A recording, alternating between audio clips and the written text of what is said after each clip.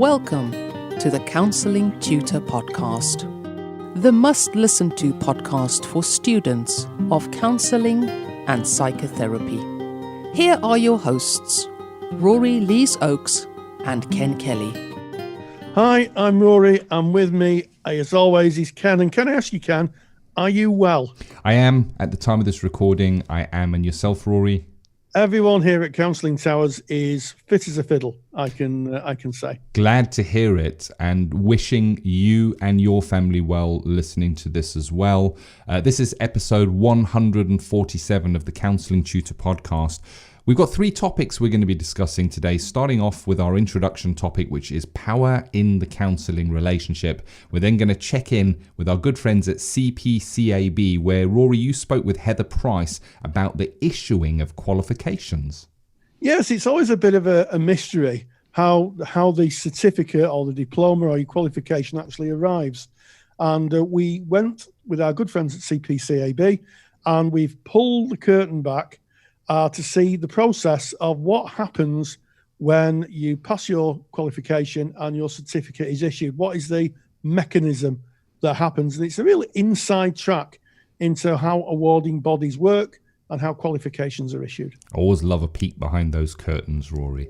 And our final topic for episode 147, we're going to be speaking about keeping professionally motivated during the lockdown. This is Practice Matters. It's our section where we discuss what we might see in practice, and we kind of aim that at our qualified friends out there, keeping professionally motivated at what could be, I guess, a challenging time. But let's kick episode 147 off with power in the counselling relationship. If I remember correctly, Rory, this comes up again and again and again in assignments, but it is something we really need to consider deeply.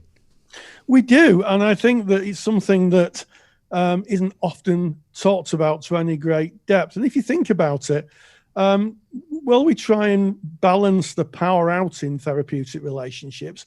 We're not like, Sigmund Freud, who was the doctor expert who would sit and analyze the analysand at the time of Freudian psychoanalysis, and hold huge amounts of power and send wise words to the client and give advice maybe.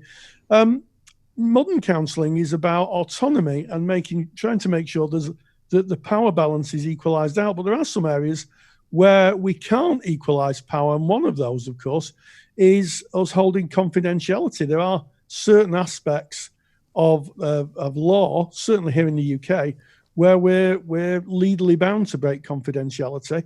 And of course, if someone's working in an agency, or either as a student or maybe they're employed in an agency, their agency's policies and procedures may preclude complete confidentiality, if there is anything like complete confidentiality. Things like harm to self and harm to others are usually markers where the therapist would have to break confidentiality. So that tips the balance in the therapist's favor, doesn't it? I can see that. Yeah, it does, because it's kind of it's equal unless something is shared, and then I need to X, Y, and Z, which, as you say, it tips that power balance. And I think power is an interesting topic right from the very beginning. And I wonder how clients are when they are thinking about going into therapy, what their perception of counselling might be. And I wonder whether they kind of see it in their mind's eye as I go in, I tell the expert what I'm struggling with. The expert gives me all of the answers. And I wonder if there's not a perception of a power imbalance pre-therapy. And I guess taking that into consideration and being mindful of that, how we work with a client when they first arrive with us on that first kind of contact. Yes, and certainly in my experience of practicing for nearly 20 years now, is that can happen. Clients can come thinking you're going to give them advice, almost a little bit like reparenting. And part of that is to acknowledge what they want and not dismiss it or discount it, but also help them gain the autonomy to make their own decisions. And sometimes, a small discussion around what your roles are, what a counsellor's role is very useful at the beginning. I usually say, well, I don't give advice, but and I say with sincerity, I believe that you have the answers, and maybe we find them together. That usually is a conversation that works quite well. Certainly with adults, it's a little different when you're working with young people, I have to say. But certainly when you're working with adults, people can come along, and usually when people come, they're used to being depowered. If people are asking for advice, they're used to being depowered. So seeing someone who hasn't got any power or has limited power can actually get them to harness their own power, to sit in their own power. So I think that's an interesting process. And of course, Ken, power is a pretty benign thing. It's like a knife. You can use a knife for a lot of things. You can use a knife for cutting your cucumbers, or you can use a knife to stab somebody. It's a benign object. It's how it's used. It's the intent. And the same goes for power. So power itself isn't a bad thing. It's the way it's used. Yeah. It's just interesting that there is that perception of that power imbalance, that we need to look at it, we need to consider it. We certainly need to do that as a student, because we write about it in assignments, but we need to be mindful of that, I guess, as we go into our own practice, because it's easy to forget these kind of topics and just business as usual. And I think that it kind of starts with that first outreach, how the client finds you. Is it a website? Did they phone an agency? What was their experience in that? What's that first, if you're doing face-to-face, what's that first meeting like? What are the chairs like in the counselling room? How is that laid out? Do they have a choice of where they choose to sit, or is there a designated counsellor seat? And those are the kind of things that interest me. I remember working at my placement, Rory. I was in a medical centre, practicing, and basically it was set up as a doctor's consulting room. That's what I was working in, and the doctor's chair was this big, comfy black leather chair, and the chair on the other side of the desk that would generally be where the patient would sit and kind of say where they were at was just like a little school chair, almost smaller. And I'm sure that wasn't done deliberately, but it didn't work for me in terms of counselling. I needed to go to other rooms to get chairs that were the same, to lay them out, so that there wasn't this power indifference kind of brought on by the chair. So if you know the television program Mastermind, they kind of have a chair as their kind of introduction. It was kind of one of those chairs. You could almost hear the music when you looked at the chair, Rory. And it's those simple things, isn't it? It is, and I can remember working in much the same environment as you did, Ken, where there was a desk and a big chair and a little chair, and the client came in, and I put a small chair out, and I said, I'm just going to get another small chair and put them, in front of each other.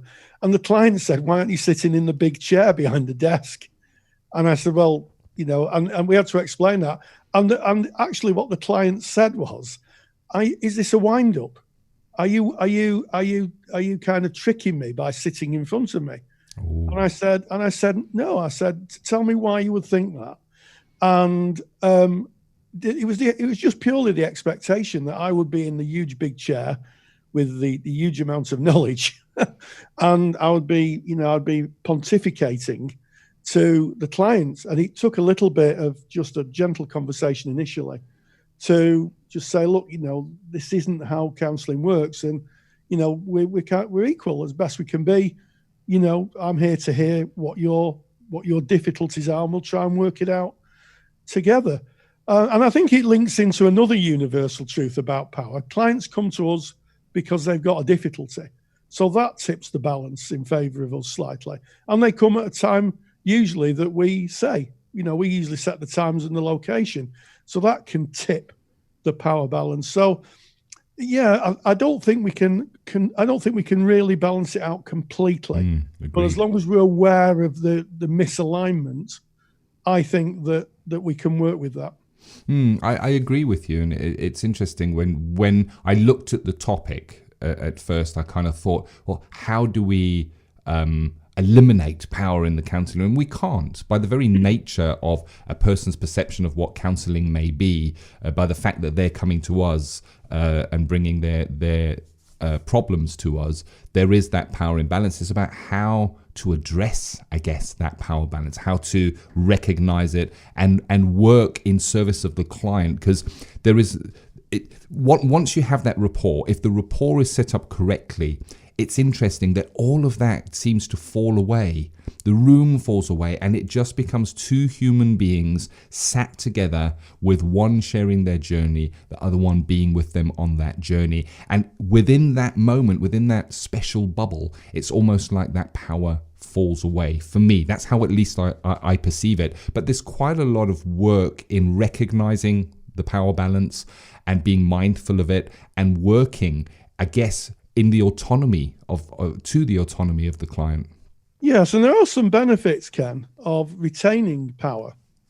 I think sometimes if you get clients who have very, very wobbly boundaries, then having a session, and if the client turns up half an hour late, saying to the client, well, we set the time at XXX o'clock, and you're late, well, that's okay, that happens, but I could only see you for, say, half an hour. Or maybe if someone turns up 3/4 of an hour late, resetting the appointment, I think is very useful, because sometimes that power can be used to help people stabilize themselves and set their own boundaries. And I know in my practice, I've had people come in who are a little chaotic maybe, and I'd be waiting, and they'd come in 3/4 of an hour late, and I'd say, well, we set the appointment at such a time, I've got another client at 3 o'clock, and just saying to them, maybe next week, and how is there anything I can help you with, just to make sure that you remember the time, give you an appointment card or something. And sometimes that stabilizes people out. And I think that's a hidden function of power in the counselling relationship, as is protecting the general public. I've had instances where I've had to break confidentiality, where I thought that a person I've never met's life was at risk. And I had to call that and make a defensible decision that, if I didn't break confidentiality, someone I never met could be in very serious risk. So there are benefits of retaining power. But as I say, power is a pretty benign thing. It's how it's used. Yeah, and I guess those benefits are really important to kind of look at, recognize them. On the other side of those benefits, I guess, things that we should be aware of are things like a good friend transference and counter-transference. If there is a perception of power from the client coming in, seeing us in a position of power, who is that power directed at? Is it an old school teacher? Is it somebody from their past? And how might they react within that situation? So I guess that's one of the things to be mindful of, and a topic that you bring up every now and again, Rory. Do I? You do? Really? Yeah, yes, that's a whole other podcast about person-centered therapy and transference, but it does happen. It does happen where people see you as someone else from their past, and you have to rework the transference. If you're feeling that, you say, who am I to you? Oh, you remind me of my teacher. Well, I'm not your teacher. Or, I had someone recently say, you remind me of my abuser. And we had to have a conversation about, well, I'm not your abuser. I understand why you might think that. I physically look like him, but I'm not. And rework that transference into the here and now. And of course, the way that the ultimate tool for balancing the power out the best we can, of course, is the contract. Because with a contract, we give the contract to the client, and they can decide, have the autonomy to decide, after reading the exceptions to confidentiality, the appointment times, the amount of sessions, if they want to proceed. That's giving them the power. Oh, I enjoyed that, Rory. I almost don't want to move away from that first topic. I think we could spend the whole podcast on it, but we have to move on, make some headway. We are checking in with CPCAB. You spoke with Heather about issuing those qualifications. I'm very mindful, Rory, as we kind of cover this topic, that I'm starting to see dripping into our Facebook group, which is a group of tens of thousands of counselling students, counselling tutors, qualified counsellors, supervisors. If you're not in that group, look us up on Facebook. Just put in Counselling Tutor and come and join the group. That people are starting to show their certificates and go, yes, I've got my qualification. And I remember that kind of when I first started my training. It was all about the certificate. As it got near the certificate, it was less about the certificate, funnily enough, and more about the learning I'd done and what benefit that would make in practice. But the issuing of those qualifications was an absolute mystery. You'd put in your assignments, and then through the door would come an envelope, perchance with the certificate in. You've lifted the curtain, Rory. It's like magic, isn't it, Ken? It's a little bit like magic. It's almost like they appear out of the ether. Yes, and it's really interesting to see the process that awarding bodies go through, certainly here in the UK, in the process of getting the results and then issuing the certificate. And I have to say, I'm with you, Ken. When I started, I dreamt of standing with my flat cap and my certificate. I never got the flat cap because we didn't have a graduation at my college. And also my certificate's got my name spelt incorrectly. But, it didn't really matter at the end. But it's arrived, and it's the process of arrival that Heather is going to explore. Let's dive into Check-In with CPCAB. Check-In with CPCAB.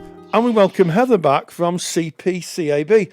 And we're going to be looking at something that's quite important for a lot of students, issuing qualification results, the process of that. So what does that look like from CPCAB's point of view? Well, I think there's quite a lot in this, really, because I think sometimes students think that we, as the awarding body, issue the results directly to them. And in fact, we don't. It goes through the centre, the training centre, college or whatever. So we, as the awarding body, our contract is with the centre, but as students, your contract, agreement, if you like, is with your centre. So it's the centre who will actually give you your results. But I guess there are several steps in that process before you will get your certificate or diploma, which might be at a different time when you know your results, if that makes sense. Absolutely. And I can explain that a little bit more. Yeah. So what I'm hearing is that the first place of contact for the "Have I passed?" question should be your training provider, not phoning up CPCAB, because as a student you contract with your training provider. But there may also be some other steps after you've heard you've passed, before that qualification, that nice certificate lands on your desk or you collect it. So what are those steps? Well, there are steps before and after that stage. So with CPCAB, we have internal assessment and we have external assessment. And a student has to pass both of those in order to meet the qualification requirements and get a certificate. So the internal assessment results really mean, has the student completed everything in their portfolio? Certainly for the lower levels. For the higher levels, it would also include, have they done all their client hours or supervision hours? So usually you as a student would know whether you are meeting those requirements. You would hopefully have had regular tutorials. You've got your own portfolio and the candidate learning record to look at. You will know if you're on track to meet the internal assessment requirements. So it should not be a shock if the tutor says, well, actually, you haven't met all the requirements yet because you haven't got evidence for all the criteria, for example, because you would know that and would be working towards it. So in a way, it's not the case of having to get a result. You would know on an ongoing basis throughout your course how you're doing. Having said that, your tutor will sign off your completion statement in your portfolio to say that you have met everything. Next part then is passing the external assessment, which is like an exam. We call it external assessment, but it's like an exam. And you could take that possibly just before the course ends, the teaching part of the course ends, or maybe just after the teaching part of the course ends. And that is something which CPCAB marks and gives the result to your centre. That's the result that you would have to get from your centre, not directly from CPCAB. Right. So there's a process in this, isn't there? That there seems to be two pieces of work, certainly for the higher levels. The first is an internal portfolio that needs to be completed. And I think, as you say, students should have good contact with tutors who'll tell them if they've got any assignments outstanding or any criteria outstanding. And at any point within the academic time or the academic years, if it's a 2-year course, students should have a rough idea of what they have to do and what they still need to do to complete that internal piece of work. And then the external portfolio is something that's marked externally. It's not it's not marked, the exam itself is not marked by the tutors, it's marked by yourselves. Yeah, that's right. That's right. And that result will be transmitted directly to the to the centres for them then to speak to the individual students and tell them if they've passed. Yeah, and different centres perhaps do it in slightly different ways. If it's a college, it would be usual for those results to be uploaded for the exams department to look at online. Tutors may have access to that as well, or the exams office may disseminate those results to the appropriate tutors. And then the tutors let the students know in whatever way they normally do that. So that's the process of the external assessment results getting through. As far as we're concerned at CPCAB, if a student's portfolio has been signed off by the tutor and everything is complete, then the tutor, or maybe the exams department, uploads that internal assessment result onto our computer system. Nothing happens right then. It just sits there until the external assessment result goes on the same part of the computer system. And if both are passes, that generates a certificate. And the certificate is printed and goes to the centre.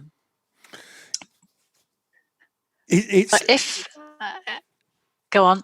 Yes, I was just saying it is a very straightforward process, isn't it?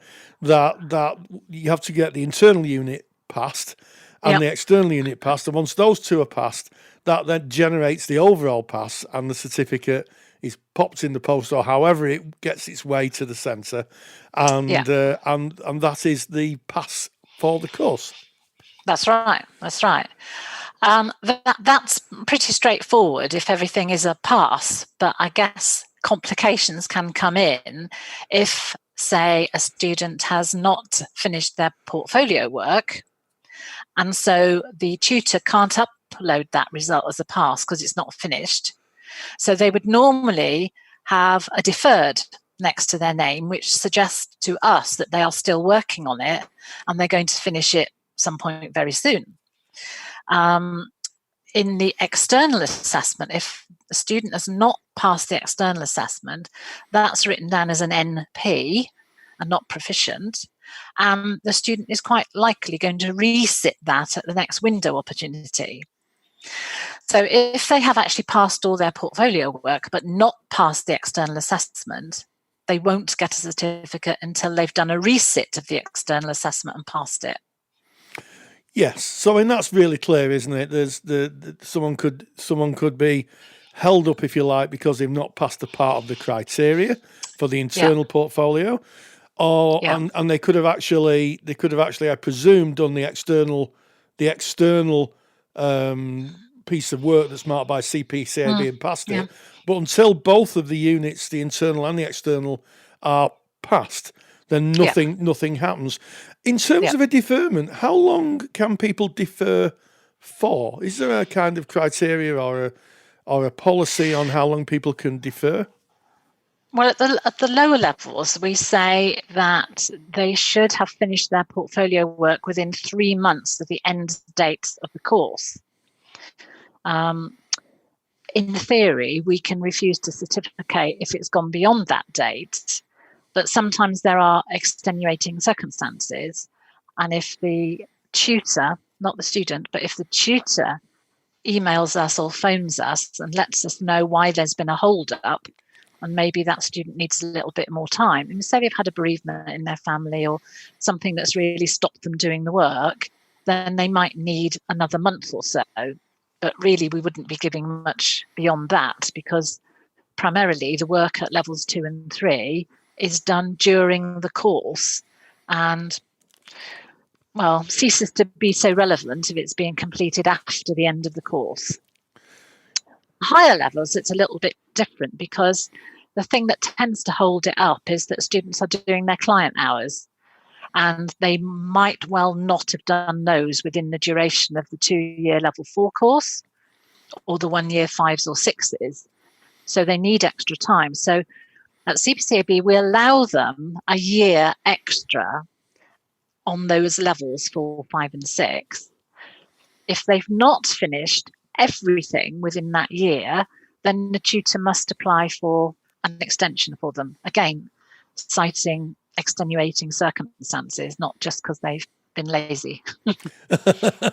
Yes, and I think that's a real call to action, Heather, to be honest, because as a former tutor, I know that some people have taken a long time to submit work. Some of it because they've had extenuating circumstances, but some is because, shall we say, they lack motivation. I'll be polite and say they lack motivation.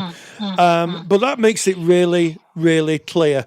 And I also think that that it's really useful for students to understand the certification process. The idea that the certificate and who to speak to is actually their tutors and their exams department, not to contact you, because I suspect there'd be a polite refusal and a redirection. Yes, yeah, because we don't know the student, we haven't got the relationship with the student that the tutor has got. In theory, a student could ring us up and tell us anything, and we don't know whether that's true or not. But the tutor knows that student's circumstances and issues, what's going on in their life, and they know whether asking for some more time is a genuine request or not. And I think for tutors and students that are listening, for tutors, we have a form for you to fill in on behalf of your student called a CR11 if you want to ask for more time beyond that 1 year. We will then look at each one on its own merits. So we don't say, well, there's a definite cut-off point here or whatever. We'll look at, well, what are the circumstances? Why has that student not finished their hours? Because it's usually hours. And we'll discuss that here at head office and make a decision. For students, because sometimes there's a tendency after the course is finished to kind of go away and think, oh, well, I've had enough of that and I haven't passed and that's it. And then 6 or 8 months later think, oh, but I only had a bit to do. I could go back and finish that, or I could finish off those 20 hours or whatever.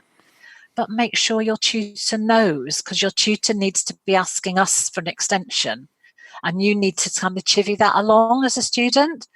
But if you've got special circumstances, then you need to be asking your tutor to apply to us. Yeah, so again, the message there is take responsibility. If you think you may not be able to engage in your studies for legitimate reasons and extenuating circumstances, keep in touch with your tutor, and your tutor will file that form, which will allow an extension. So Heather, it's always wonderful to talk with you. Learn so much about the ways of how CPCAB work and the internal workings of an awarding body. So Heather, thank you very much. Thank you, Rory. Thank you. Check-in with CPCAB is proudly sponsored by CPCAB, the only awarding body run by counsellors for counsellors.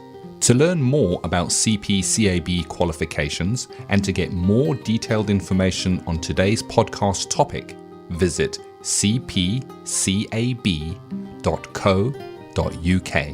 Well, it took the magic out of it, really. I just thought they materialised out of the air.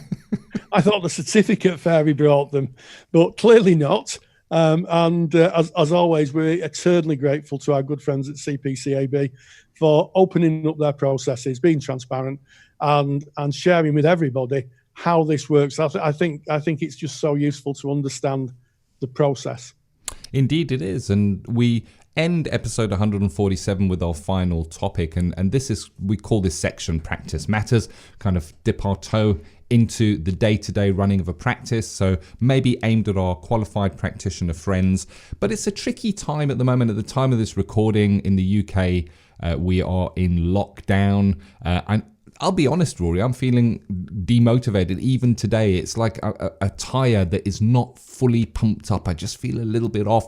It's when the lockdown started, I was very motivated of all the things I was going to be doing during the lockdown.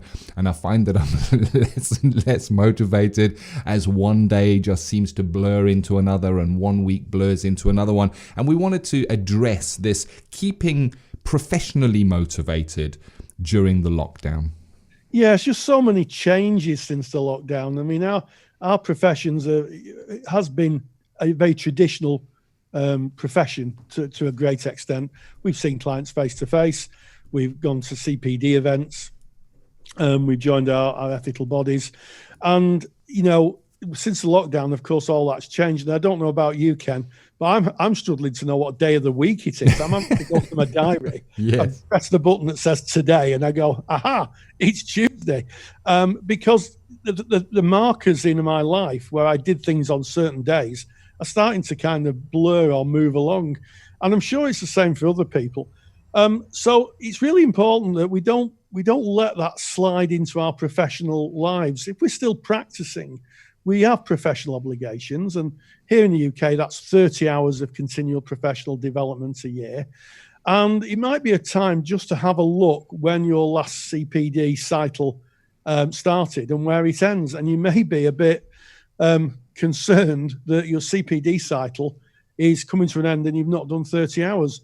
And of course, online is the ideal way of getting CPD. We're not going to be going, I don't think, to face-to-face conferences and meetings, certainly in the short term.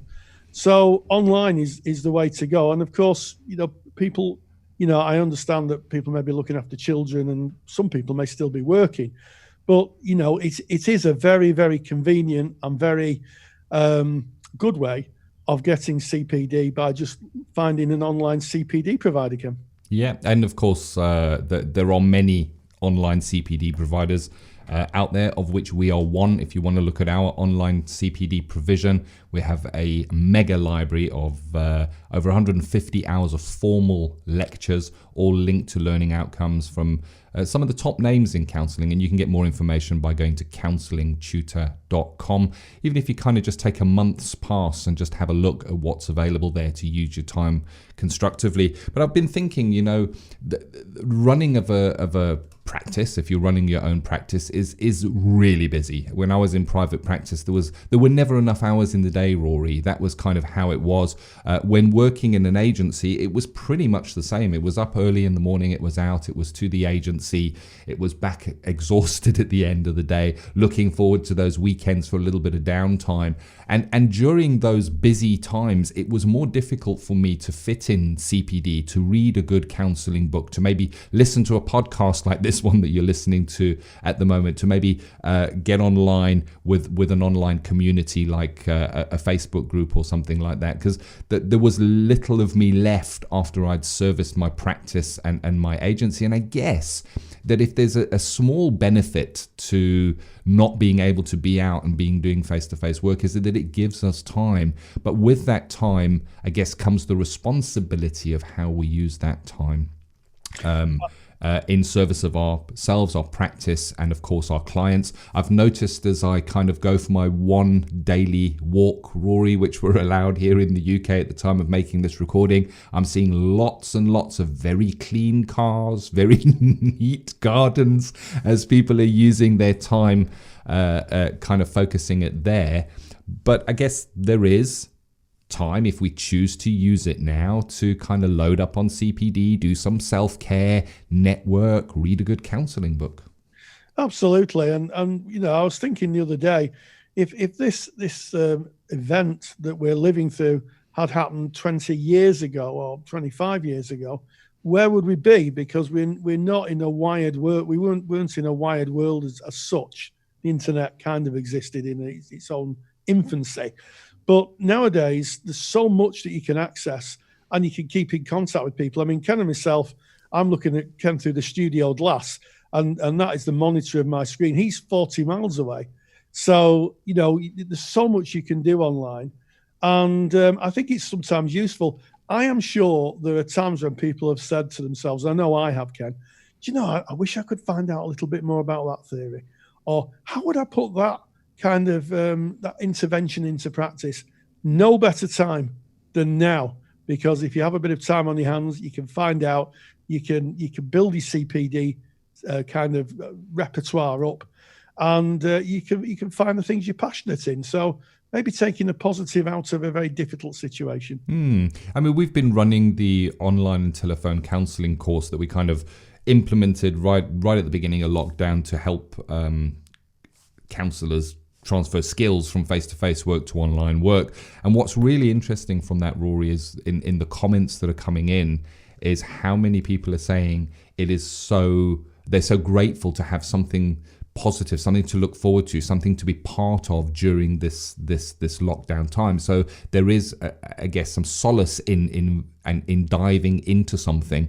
But of course, not everything needs to be paid for. You mentioned how we're meeting right now, Rory, and we're using a little application called Zoom, which if you haven't heard of it, go onto Google, put in Zoom, and you'll see it. It's free, and we connect multiple times a day. Sometimes we'll do it for Counselling Tutor Business, but other times we'll do it for a quick catch up and how are you doing, and a bit of a chin wag. So I think there are opportunities to network with colleagues over Zoom, even if it's just for a cup of tea. Read a book together, both kind of choose a book, read it, get together, chat about how that is. So I guess the first step for me would be saying, okay, let me sit down and make a list of all the things I could be doing, and what are the goals that I want to have achieved when I come out of this lockdown period, because we will come out of it. Absolutely. And I say, don't be alone. I think the worst thing that can happen is for a practitioner to practice in isolation in a bunker or a silo, and not be connected to the outside world. As professionals, we need to be connected. We need to meet with other professionals to share ideas. I'm always talking to other colleagues, be it through video link on the phone, sharing ideas, talking about theory, keeping the theory vibrant, because I'm still in practice and I still have to offer a high quality service to my clients. And that's the only way I can do it. I would hate to just be isolated off and not be able to use colleagues to gain a professional insight into something. So stay connected, I think, is the message there. Yep, we've got lots of free resources on our website, counsellingtutor.com. That's also the URL to go to if you're interested in any of the paid for services that we offer, whether that be self-directed study support for students during the lockdown when you cut away from your college. If you're interested in our CPD provision, we're offering that at the moment for £14.99 for a month's access to the entire library, which includes things like skills, where you can kind of really deep dive into the skills, revisit theories, as Rory has said, or look at client presentations, substance misuse, working as a couples counsellor, working with children. So much in there if you're interested in that, or our online and telephone counselling course. All of the information is at counsellingtutor.com, along with loads of free information, links to our Facebook group, which is also free. This podcast is free. So hopefully enough for you to be busy with during this lockdown period that will give you some form of a positive outcome, something to look forward to, something to get your teeth into. Absolutely. What an interesting podcast. We started off with powering the counselling relationship. We drew back the curtain of qualification issuing with our good friend Heather Price at CPCAB. And finally, we talked about keeping professionally motivated during the lockdown. So as always, stay grounded, stay safe, and stay indoors. Take care. Thank you for listening to the Counselling Tutor Podcast. Find the show notes for this episode on our website at www.counsellingtutor.com.